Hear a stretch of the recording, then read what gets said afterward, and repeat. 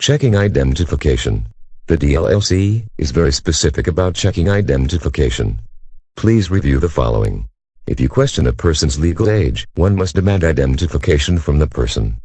The DLC is not concerned with customer service, therefore, please ask nicely for a person's identification. Once the guest has removed the identification from their wallet, examine the identification to determine that the ID is valid, unaltered, and must not be defaced. Masters of Beverage suggests that you use your thumb and run it from one side to the other, clearing the ID of any marks or debris. We also suggest bending and attempting to tear the ID. Arizona driver's licenses should not crease or tear. Recently discovered fraudulent IDs were being made using a lower grade of paper, which causes the IDs to rip and crease. Examine the photograph and make sure it is the person to whom is presenting the ID to you. This can be tricky, because many siblings look similar. Determine that the date of birth on the identification indicates the person is not under the legal drinking age. Masters of Beverage suggests you throw out a question like, "What is your zodiac sign?" Most people using false IDs know the information on the ID. Instead of reading a bunch of legal words, basically, what this section is saying is that a server of alcoholic beverages needs to record each and every time they card someone. If you do not record the transaction, you have no legal proof that you did check the guest's identification. However, if you do record the transaction, then guests who used false identification is at fault.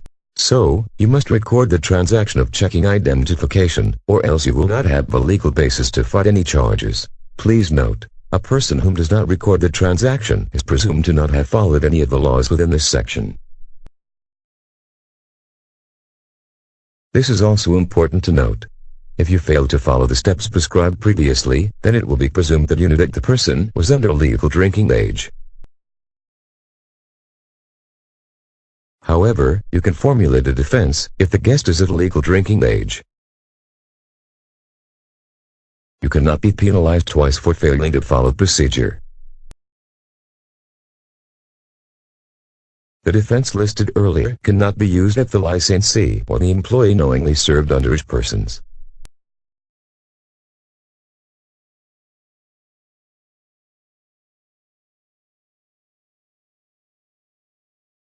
Intervention.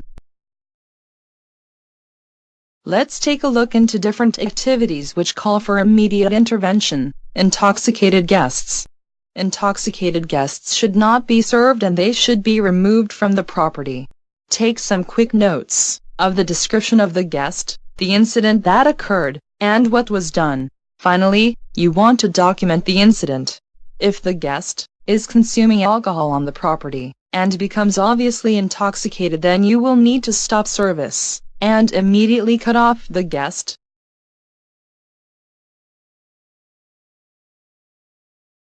Underage buyers. Underage buyers come in all shapes and sizes.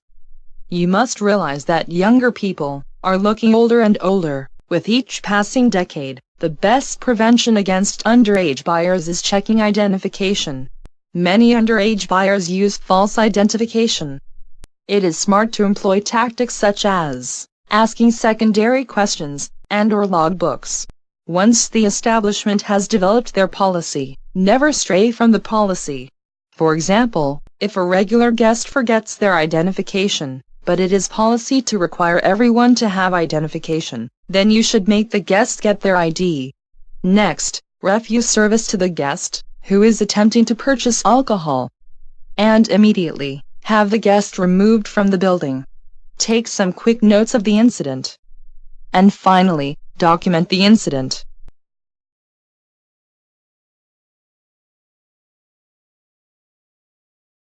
A second-party sale is when a person of the legal drinking age purchases a drink for a person not of the legal drinking age. Most commonly we associate this with convenience store parking lots, but it happens very frequently in restaurants and bars. Here are some clues to identifying a second-party sale. Does the alcohol and the person match? If a guy is purchasing a beer and a frozen drink, do you know where the frozen drink is going? Is the same person purchasing the alcohol for the group? Which means, if you have a table of 5 people but only one of those people is purchasing the drinks for the whole table, do you know to whom these drinks are going to? Does the purchaser appear to be older than the other people sitting at the table? Keep those clues in mind when dealing with the potential second-party sale. An after-hour sale is an illegal sale of alcohol between the hours of 2 a.m. and 6 a.m. Most places establish a last call, which signifies the final chance to purchase alcohol. This is typically done 30 minutes to 15 minutes before the legal stop of sale. Any after-hour sale should be an immediate refusal.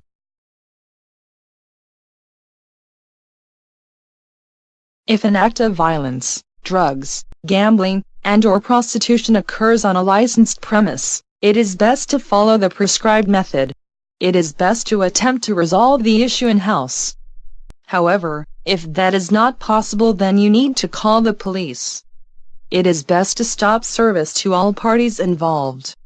Even if there happens to be an aggressor, it is best to stop service to all parties. Next, you want to see if professional attention is required, such as police, fire, medical or legal. You should decide what the company policy is, and then also ask your guests. Next, you want to safely remove the guests, such as getting them a form of transportation, and finally, document it.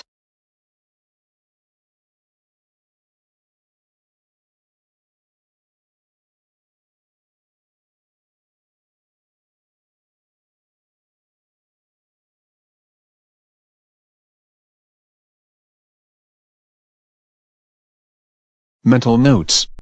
Our whole lives we have been taught to not judge people. From this point forward, please forget that. As beverage professionals, we have to judge people. Here is what we mean by mental notes.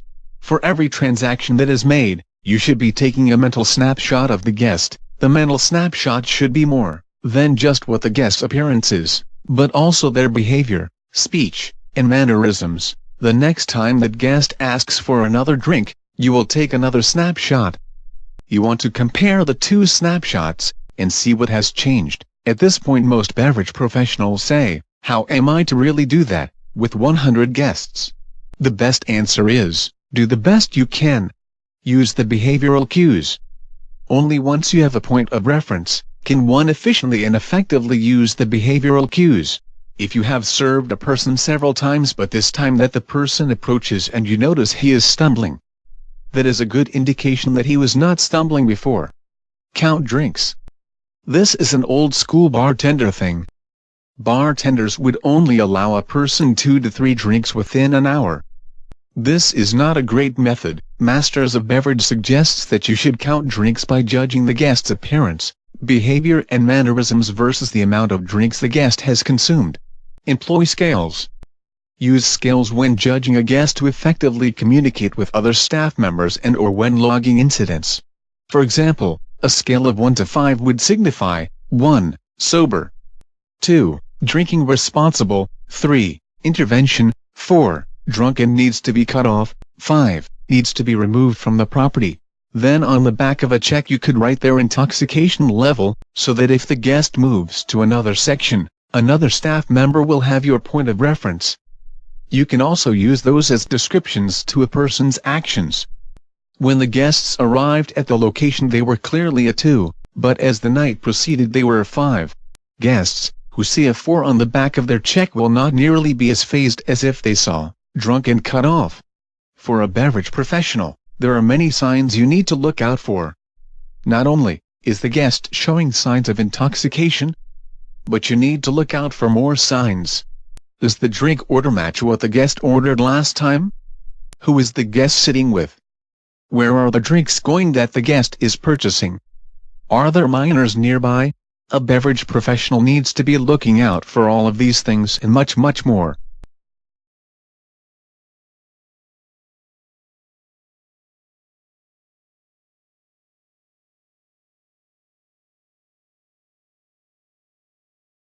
Tools of the trade. Every beverage professional needs to know the tools of the trade, of keeping yourself safe. The first tool of the trade is an incident report form. Incident report forms should be filled out for any occurrence in which the employee or the employer could be held liable for The forms are aimed at describing the persons involved, the incident, what was done, and any other additional information. A beverage professional should not stop everything to fill out the form, but instead, they should take some quick notes and then at the end of the night, fill out the form. If an incident that occurs on property results in a lawsuit, documentation on that incident could benefit the employees and employer. Keeping professional and detailed documentation can provide important information regarding the night in question. The next tool of the trade is an age verification form. Documentation is required if you want to have proof that you checked the identification. This is where the age verification form comes into play. This is a much older version of the form. Many better forms have been created in a spreadsheet format. But for the purposes of education, this is best. Every time that a guest's ID is checked, documentation is required in order for you to show there is proof that you checked the identification. Filling out this form each and every time someone walks into the door may become quite a bothersome process. Condensed spreadsheets, formed to fit servers' books, have become quite common. Card scanners that have the ability to record have just about replaced the age verification form. Electric card scanners have become the staple in most bars. There are many different styles and sizes of card scanners. No alcohol beyond this point sign are not required but good to have. Often people come to Arizona and assume we have the same laws as Las Vegas. By simply adding these signs at entrances and exits, can really help out. If someone were to get intoxicated at your establishment, you need to find your guests alternative forms of transportation. Masters of Beverage suggests locating a cab company wanting to work with you. Typically, they can give you some free propaganda, so you can have it littered around the bar.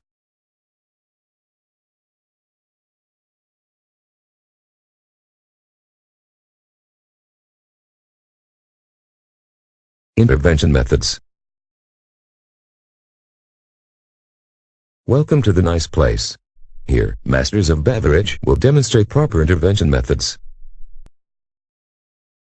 And, we are also here at the Good Time Sports Pub. Please note, there is no right way to intervene on an intoxicated guest. But the only wrong way is to not intervene at all. Now, let us take a look inside of the nice place to see the concepts of intervention methods. Let me set the first scene. This table arrived and everything has been fine. The guests have only ordered one bottle of wine and have only had one glass each. The female at the table has increased her voice since sitting down. Soon, guests at her table are starting to show signs of disapproval. At this point, we do not believe that she is intoxicated. However, her behavior is starting to change. First, we will impose indirect suggestions. Excuse me, would this table care to take advantage of our wonderful array of cheese you offer? I think our waiter just disturbed our table to offer us some cheese, but his accent is so thick, I couldn't tell. Please go away. Once we identified a potential problem, we attempt to throw solutions directly back at it. If intoxication is the potential problem, you should be attempting to get food and water into these guests. Here, at the nice place, this is more of a fine dining establishment, yet, it can work at whatever location you work at. Hey lady, would you like some jalapeno poppers? Unless, you do not serve food. Another indirect suggestion would be offering the guests alternative things to occupy their time. You guys know we got pool over there. Third game is free. As the wise man at the end of the bar once told me, A drinking man, with a cue in his hand, is not drinking.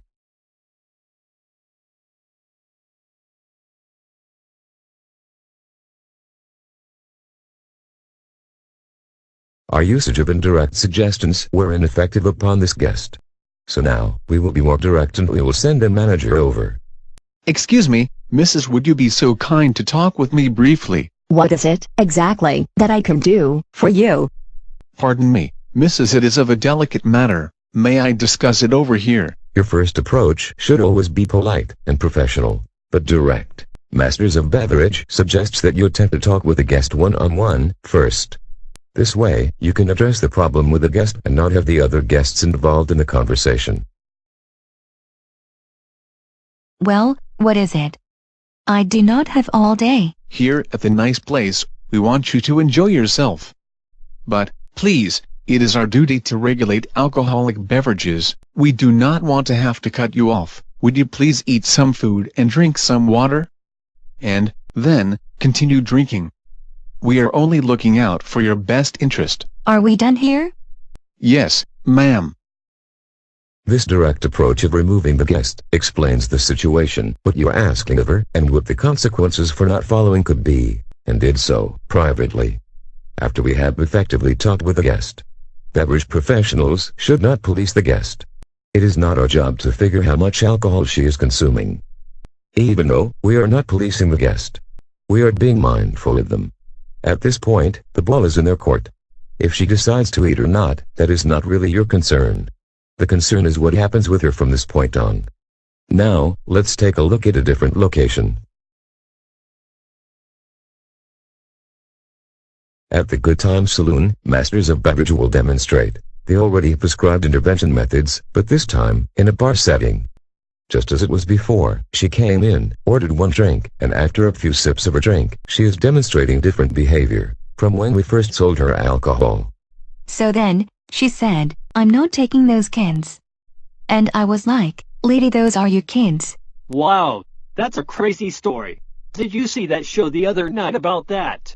Yeah, it was on one of those channels. Hey, did you want to see a menu? You want me to eat something from this vile place? Bartenders have a much easier time with indirect suggestions. A good bartender masters this craft so that they can guide conversations, change topics, or disarm a potential issue. Sometimes, guests will not comply with your simple requests. Hey, would you mind meeting me over at the end of the bar? I'd like to ask you a question.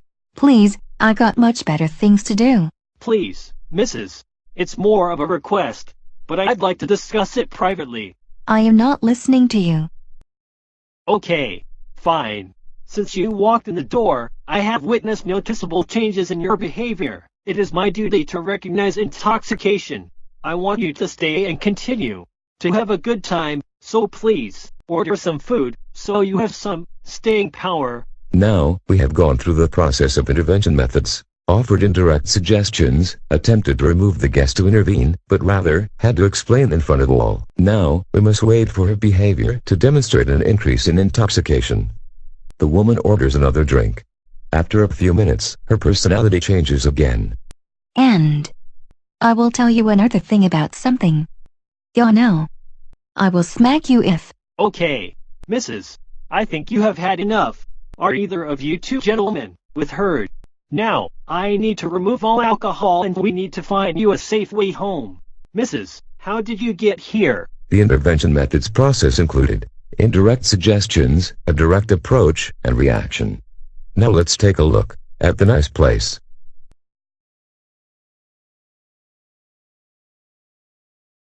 Finally, we will watch another version of reaction.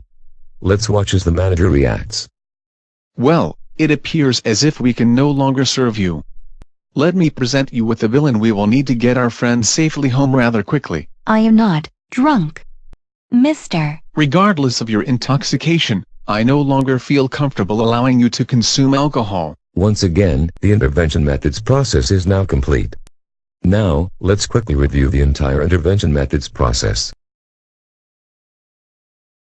The intervention methods process can simply be broken down into 3 steps. The first step is indirect suggestions. If you have a person drinking heavily and not consuming food, take interest and politely suggesting food.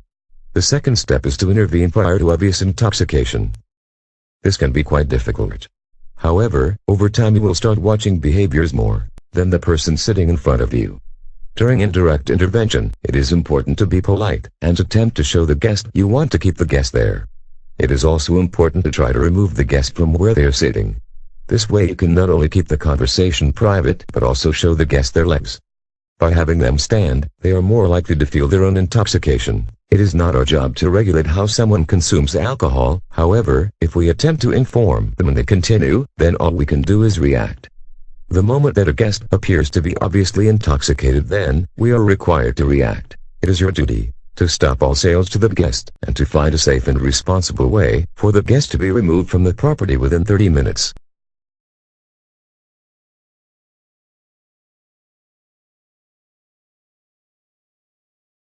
The switch. On-premise beverage professionals are at an advantage in comparison to their off-premise counterparts. On-premise beverage professionals get an opportunity to see a guest through the course of their intoxication. In other words, you get to watch a person go from sober to intoxicated. Every person is an individual. Each incident is an individual circumstance, and that is why you cannot set a guideline or a marker to establish one's intoxication. Behavioral cues are helpful only once you have a point of reference. Therefore, Masters of Beverage does not suggest that you only rely on behavioral cues alone. Instead, beverage professionals should be looking for the switch. All people have a switch. Some are much more noticeable than others. A switch is a change in behavior or an attitude that may indicate that a person has become intoxicated. Some people are shy when they are sober, but if they get a few drinks in them, they become very talkative.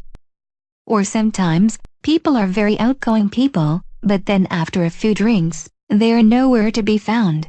Next time you are serving guests, keep the switch in mind.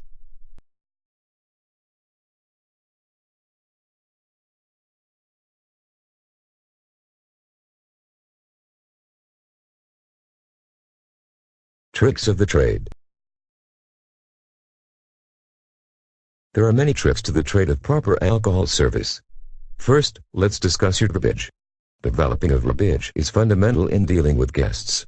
In major corporations, they have the privilege of having corporate scriptwriters. Unfortunately, most of us do not have the corporate scriptwriter. A well-thought-out script for dealing with most situations can help avoid risks associated with selling alcohol. At much younger age, I was a bartender full of morals and ethics. I remember having a regular guest, who I knew was 9 months pregnant. She asked for a double Bloody Mary. I clearly stated, "I cannot serve you, you are obviously 9 months pregnant." Do you have any idea what I did wrong? I know. You basically gave her too much information. And the end result, you discriminated against her. That's 100% correct. Remember, a retailer has the right to refuse service to anyone they do not wish to sell to. However, you cannot discriminate when refusing service. So, then, what would be the proper way to refuse service in this situation? Great question. I like to use the phrase, "I do not feel comfortable in this situation." I never try to give out too much information. A server of alcoholic beverages needs to have several scripts not just for refusing service, but also for attempting to stop a fight or dealing with other problem situations. Next, we will discuss house rules. But we have already explained a lot about house rules throughout the course of this training. What are some house rules we have already discussed? I know. Calling last call. Before the actual time to serve the last drink. That's right. Creating rules for yourself to stay away from the gray area of the law is another way to lower risks associated with alcohol service. Also, implementing rules that the entire establishment follows creates a professional working environment. Next up is the sequence of service. The sequence of service is basically a checklist that needs to be performed per transaction. It should be a step-by-step procedure for each and every transaction. For example, when a guest approaches the bar, the first thing a server of alcoholic beverages should do is take a snapshot or a mental note of the person purchasing alcohol. Next, the server should smile, greet the guest, leave her a beverage napkin, and help the guest with their order. Next, the server should check identification. Does payment need to occur before you make the drink, or afterwards? Several other things can be added to this sequence. Like, when do you check back with the guest? When does upselling occur? The idea behind the sequence of service is for the server to develop a habit so that each and every transaction is dealt with in the exact same manner. These are all common practices, and if employed correctly, you can keep yourself and the establishment free of risks that could occur upon your property.